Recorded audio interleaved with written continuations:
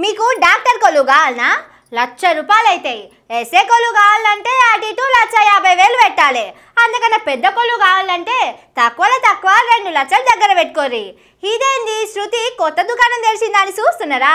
ఇదంతా ఇక్కడ కదా కాదు, మరి ఎక్కడ కదనో మీరే చూడుర్రి. ఇయాల రేపు పైసలుంటే గాని పనే లేదు పోరి. అవును మరి, కృషి ఉంటే మనుషులు ఋషులు అవుతారో కాదో గాని పైసలుంటే మాత్రం IAS IPS కావచ్చు. ఇగో ఈ వీడియోలో కనిపిస్తున్న పిల్లగాడు ఆషామాష మనిషి కాదు, పెద్ద IPS ఆఫీసరు. అగో చూస్తే 15-16 ఏండ్లే ఉంటాడు. IPS ఎట్లయితని చూస్తున్నారా? ముచ్చట తెలవక ముందు అందరూ గిట్లనే పరేషాన్ అయినరు. అసలు కథ తెలిసినాక ముక్కు మీద ఏలేసుకున్నారు. టిక్కుటాకు పోలీస్ డ్రెస్ వేసుకొని ఆఫీసర్లను పెద్ద పెద్ద దుకాణ పోలను బెదిరించుకుంటా తిరుగుతున్నాడట. ఒక్కళ్ళు భయపడతారు, ఇద్దరు భయపడతారు, అందరు అట్లా ఉండరు కదా. అందుకే ఎవరో ఒకరు పోలీసులకు ఫిర్యాదు అయినరు. రంగంలోకి దిగిన పోలీసులు అయ్యగారిని పోలీస్ స్టేషన్ కు పట్టుకుపోయి ఏంది కదా అని అడిగిర్రు.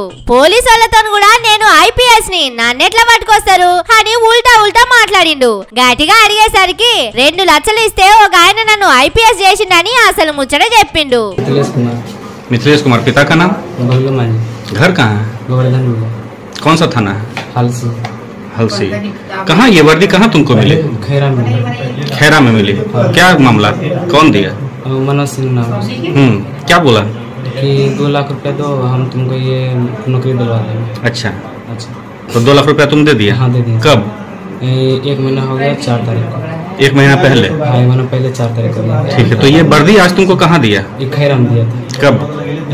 आज सुबह 4 बजे। कहाँ पे? घर पे? नहीं, खैरा चौक है, वहाँ सरकारी हॉस्पिटल, वहीं पर। ఇంతకి జరిగింది ఏడనో చెప్పలే కదా. బిహార్ లా చూసిరా ఎట్లున్నదో కదా. జర్రంతా అమాయకులు లెక్క కనబడితే చాలు గిట్లా చేస్తారన్నట్టు. ఓట్లప్పుడు రాజకీయ నాయకులు చేసిన మోసం కంటే పెద్ద మోసమే ఉన్నది పోరి.